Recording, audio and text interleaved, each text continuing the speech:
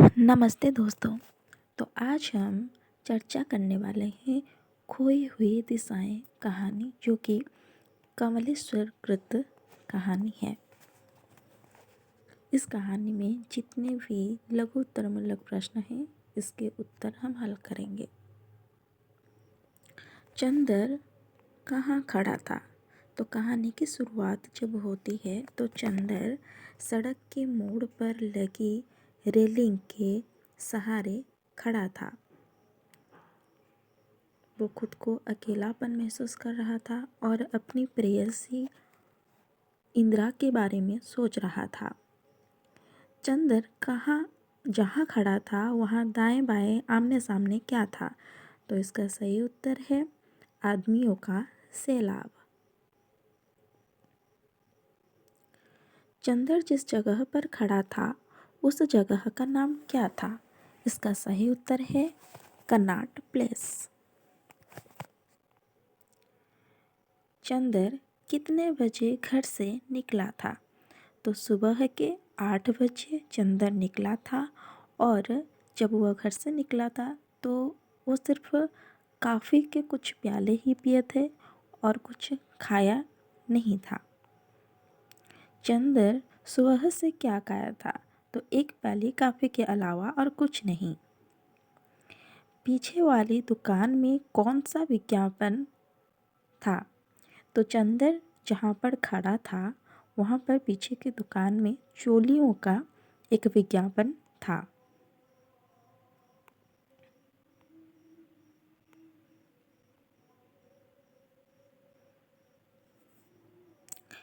चंदर किस bus stop में खड़ा था? तो इसका सही उत्तर है रीगल बस स्टॉप के नीम के पेड़ के नीचे चंदर खड़ा था। चंदर कब से दिल्ली में रह रहा था? तो इसका सही उत्तर है 3 साल से।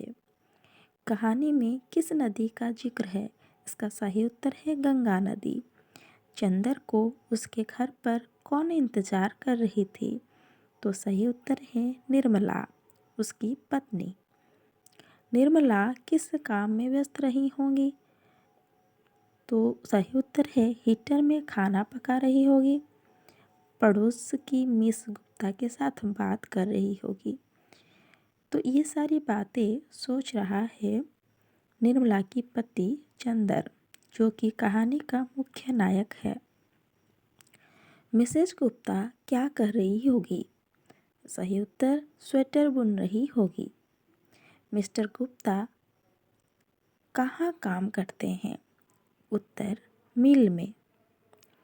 चंदर के कौन कौन पड़ोसी थे?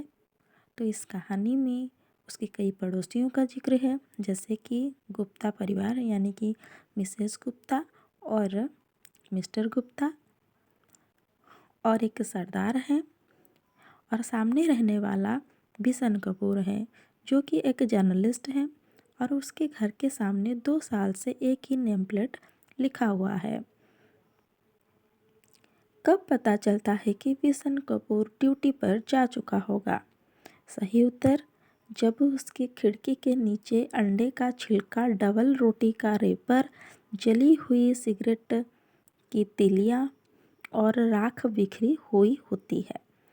तब पता चलता है कि ये जो बिशन कपूर है, जर्नलिस्ट है, वो अपने ड्यूटी में जा चुका है। चंदर कहाँ का रहने वाला था? सही उत्तर है इलाहाबाद का रहने वाला था, और पिछले 3 साल से वो दिल्ली में आकर रह रहा था अपनी पत्नी के साथ। चंदर के इलाहाबाद रिजर्व बैंक के काउंटर में कौन फौरन चेक लेकर रुपया दे देता था? तो यहाँ पर प्रश्न है कि चंदर जब इलाहाबाद पर रह रहा था, वहाँ पर जो रिजर्व बैंक था उसके घर के पास, तो वहाँ पर अमरनाथ नामक एक आदमी था, जो कि फ़ौरन उससे चेक लेकर रुपया दे देता था। अब चंदर बैठे बैठे यह सोच रहा है कि कल मुझे ये सारे काम कराने हैं, और ये सारे काम तो फ़ौरन नहीं हो सकते क्योंकि वो दिल्ली में है, और दिल्ली में वो नया है मतलब 3 साल से रह रहा है। लेकिन इलाहाबाद जहाँ पर उसका घर है, वहाँ पर अमरनाथ नामक जो व्यक्ति है उसके साथ घनिष्ठता के कारण वह उसका काम तुरंत करवा देता था, लेकिन दिल्ली में ऐसा कोई नहीं था कि उसका काम तुरंत करा दे। तो इस प्रकार कई सारे काम के व्यस्तता में उसका पूरा दिन चला जाएगा, ऐसा चंदर सोच रहा है। रेडियो में कोई भी बात कितने मिनट में तय नहीं हो सकती, 10 मिनट में। तो कहानी में इस बात का भी जिक्र है और चंदर सोच रहा है कि मुझे इलाहाबाद में अमरनाथ की तरह कोई मेरा काम तुरंत ना करवा देगा, और रेडियो में भी कोई भी बात 10 मिनट में नहीं हो सकती। तो इस प्रकार की बातें वो सोच रहा है। कौन पहले गरीब था और अब बहुत अमीर हो गया था? तो इसका सही उत्तर है इलाहाबाद में एक कपड़े बेचने वाला। पहले वह कंधे पर कपड़ा रख कर फेरी लगाता था, अब उसके लड़के विदेश में पढ़ने लगे हैं और वह बहुत बड़ा धार्मिक आदमी था। माथे पर छापा तिलक लगाकर मुनाफा वसूल करता था और कॉरपोरेशन का चुनाव लड़ने की तैयारी कर रहा है अब। तो ये जो बात है ये चंदर सोच रहा है कि जब इलाहाबाद में वो रहता था तो एक कपड़े बेचने वाला आदमी किस प्रकार से गरीब से अमीर हुआ था। कनॉट प्लेस में खुले हुए लान के बारे में कहानी में क्या वर्णन है? तो कनॉट प्लेस में खुले हुए लान के बारे में कहानी में वर्णन है कि तन्हा पेड़ हैं, दूर दूर खड़े तन्हा पेड़ के नीचे नगर निगम की मेजें हैं जिन पर थके हुए लोग बैठे हैं और लाइन में एक आध बच्चे दौड़ते हैं। बच्चों की शक्ल और सूरत तो बहुत पहचाने से लगती है। गोलगप्पे खाती हुई उनकी मम्मी अजनबी है। तो ऐसा कहानी में जिक्र है कनॉट प्लेस के खुले हुए लान के बारे में। फूल बेचने वाले किन का पीछा करते हुए दिखाई देते हैं? तो इसका सही उत्तर है औरतों का। शुक्रवार को शाम के कितने बजे चंदर अपने दोस्त आनंद से टी हाउस में मिलता है? तो इसका सही उत्तर है शाम के 7 बजे। तो शुक्रवार के शाम को ही 7 बजे ही चंदर अपने दोस्त आनंद से टी हाउस में मिलता है। आनंद को कैसा मर्ज है? तो ये जो आनंद है वो चंदर का कॉलेज के समय का दोस्त है और उसकी जो प्रेयसी है थी कॉलेज के समय का वो है इंदिरा। तो आनंद को कैसा मर्ज है? इसका सही उत्तर है कि आनंद दुनिया में दोस्त खोजता है, ऐसे दोस्त जो जिंदगी में गहरी न उतरे पर उसके साथ कुछ देर रह सके और बात कर सके। तो इस प्रकार का रोग चंदर को भी है, लेकिन चंदर शादीशुदा है और उसकी अपनी पत्नी होते हुए भी वो खुद को अकेला महसूस करता है क्योंकि वो अभी तक अपने प्रेयसी को भूल नहीं सका है और अपनी पत्नी को उसकी जगह नहीं दे सका है। इस वजह से वो खुद को अकेलापन महसूस करता है। चंदर की उम्र क्या थी? तो सही उत्तर है 25 साल। यार तुम्हारे बाल बहुत खूबसूरत हैं, ब्रिल क्रीम लगाते हो क्या? लड़कियां तो तबाह हो जाती होगी। यह कथन किसका था? तो कॉलेज के समय में आनंद ने चंदर को ऐसा कथन कहा था जब वो कॉलेज में वह उसको देखता था तो ऐसा वाक्य वो कहता था। अच्छा पार्टनर में अभी इंतज़ाम करके आया, वह विश्वास को कह रहा था। वह कहता है यही रुकना, चले मत जाना। यह कथन किसका है? तो इसका सही उत्तर है आनंद का चंदर के प्रति। तो ये जो कथन है जब चंदर आनंद को कुछ रुपए की मदद मांगता था तो आनंद मना तो नहीं करता था, लेकिन ऐसा विश्वास दिला कर जाता था कि मैं इंतज़ाम करके आता हूँ, मुझ पर भरोसा रखना। ऐसा कहकर वो जाता था तो वापस लौटता नहीं था। तो चंदन ने ऐसा जिक्र किया है। कहाँ पर डिनर डांस की तैयारी होती थी? तो इसका सही उत्तर है गोलार्ड में। कहाँ पर डिनर डांस की तैयारी होती थी? सही उत्तर है गेलार्ड में। कहाँ पर विदेशियों की भीड़ बढ़ रही होगी? तो इसका सही उत्तर है वोल्गा पर। तो वोल्गा पर विदेशियों की भीड़ बढ़ रही होगी। चंदर किस नागपाश में फंसा हुआ था? तो यह कहानी को शुरुआत से लेकर अंत तक पढ़ा जाए तो एक ही चीज़ देखने को मिलती है, वो है अकेलापन का नागपाश। तो चंदर अकेलेपन के नागपाश में फंसा हुआ था। पार्टी में मिला हुआ अजनबी चंदर से क्या बोलता है? तो पार्टी में मिला हुआ अजनबी चंदर से बोलता है कि शायद आप कॉमर्स मिनिस्ट्री में नौकरी करते हैं। तो इस पर चंदर यह राय रखता है कि जी नहीं, मैं कॉमर्स मिनिस्ट्री में नौकरी नहीं करता हूँ।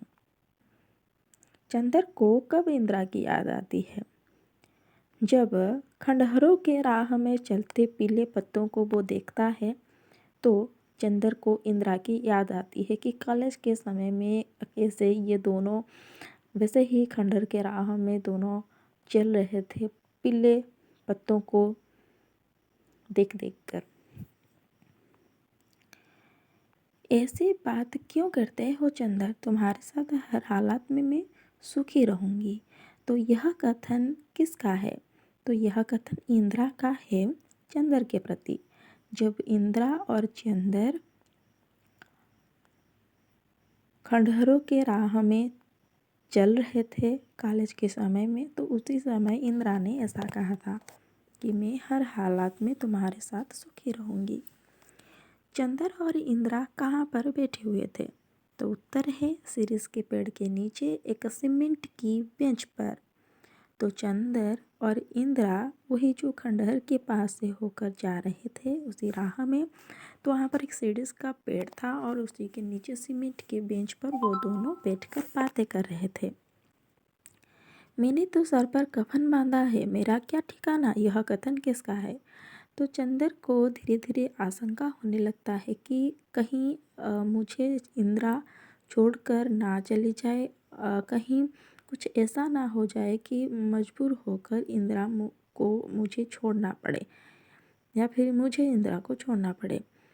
तो इस प्रकार से आशंका व्यक्त करते हुए चंदर कहता है इंदिरा से कि मैंने तो सर पर कफन बांधा है, मेरा क्या ठिकाना? यह कथन वो कहता है। शादी के बाद इंदिरा कहाँ पर रह रही थी? इसका सही उत्तर है दिल्ली में। शादी के बाद इंदिरा दिल्ली में रह रही थी। कितने महीने पहले इंदिरा चंदर से मिली थी? सही उत्तर है 2 महीने पहले। तो चंदर और इंदिरा दोनों ही आवासे थे दिल्ली में शादी के बाद। इंदिरा अपने पति के साथ और चंदर अपनी पत्नी निर्मला के साथ। तो पिछले 2 महीने पहले ही दोनों एक दूसरे से दिल्ली में मिले थे। चंदर चाय में कितने चम्मच चीनी नहीं पी सकता था? तो चंदर चाय में 2 चम्मच चीनी नहीं पी सकता था। तो यह कथन शादी से पहले जब इंदिरा चंदर की प्रेयसी थी तब उसे पता था कि 2 चम्मच चीनी चाय में चंदर नहीं पीता है। जब 2 महीने पहले वो मिले थे और इंदिरा चंदर को चाय ऑफ़र की थी तो उसी समय वो अपने पति से बोली थी कि मेरा जो दोस्त चंदर है उसको चाय में 2 चम्मच से ज़्यादा चीनी या फिर 2 चम्मच चीनी बिल्कुल पसंद नहीं है। तो इस बात पर चंदर के मन में यह ख्याल आया था कि शायद अभी भी इंदिरा को मेरे प्रति प्रेम है और कोई तो है जो मेरे बारे में सोचता है, मेरे बारे में इतनी बातें जानता है। तो चंदर ऐसा सोचा था। चंदर को किससे चिढ़ है और क्या उसे धुआं पीने की तरह लगती है? तो चंदर को दूध से चिढ़ है और काफ़ी उसे धुआं पीने की तरह लगती है। इंदिरा दिल्ली के कहाँ पर रहती थी? तो इसका सही उत्तर है कोलबाग गुरुद्वारा रोड में। तो इंदिरा दिल्ली के कोलबाग गुरुद्वारा रोड में रहती थी। चंदर रोज किसकी गाड़ी में बैठकर कनॉट प्लेस आया करता था? तो चंदर रोज सरदार की गाड़ी में बैठकर कनॉट प्लेस आया करता था। चंदर को कितना समय लगता है गुरुद्वारा रोड के चौराहे पर पहुंचने में? तो सही उत्तर है 10 मिनट। तो चंदर को 10 मिनट लगता है गुरुद्वारा रोड के चौराहे पर पहुंचने में। तो चंदर गुरुद्वारा रोड इसलिए आता है ताकि इंदिरा से मुलाकात हो सके। सरदार कितना रुपया मांगता है? तो चंदर सरदार के गाड़ी में ही आता है गुरुद्वारा रोड। तो सरदार जो है 6 आना मांगता है, जबकि चंदर 4 आना रुपया देकर चलने को प्रयास करता है। तो पीछे से सरदार उसे रोकता है और बोलता है कि 6 आना है। तो इस पद पर आगे क्या होता है ना, सरदार जी आपके फटफट पर ही 20 बार 4 आने देकर आया हूँ। यह वाक्य किसका था? तो यह वाक्य चंदर का था। चंदर सरदार जी से बोलता है कि आप ही के गाड़ी पर मैं कई बार बैठकर इसी जगह पर आया हूँ और आप अब की बार 6 आना मांग रहे हैं। हर बार तो मैं 4 आना देता था। अब तो 9 बज रहे हैं, वह 8 ही बजे फैक्ट्री बंद करके लौट आते हैं। पता नहीं आज क्यों देर हो गई है। अच्छा, चाय तो पियोगे? तो यह कथन किसका है? तो जब चंदर मिलने के लिए इंदिरा से आता है तो उसके घर पर वो पहुंचता है और देखता है कि उसका पति नहीं है और उसके पति के इंतज़ार में निर्मला थी। और अब चंदर को देखकर उसके प्रति वो अतिथि सत्कार करने लगती है और साथ ही यह वाक्य बोलता है कि मेरे पति तो आने वाले थे 8 बजे, लेकिन अब तो 9 बज रहे हैं। पता नहीं आज क्यों इतना लेट कर रहे हैं। और चाय पीने का ऑफर वो करती है।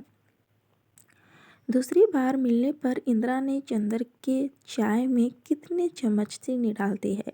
तो अब की बार जब इंदिरा मिलती है चंदर से तो वो भूल जाती है कि चंदर चाय में 2 चम्मच चीनी बिल्कुल नहीं पीता है और अब की बार वो भूल गई है और इस प्रकार से वो पूछती है। तो इसका सही उत्तर है 2 चम्मच। चाय के घूंटे कब जहर की तरह चंदर को लगा? तो इसका सही उत्तर है जब इंदिरा ने चाय के प्याले में 2 चम्मच चीनी डाल दी। तो यह चाय के घूंटे जहर की तरह चंदर को लगता है। चंदर की पत्नी कौन थी? सही उत्तर है निर्मला। तो इतने ही थे इस कहानी के लघु उत्तरमूलक प्रश्न।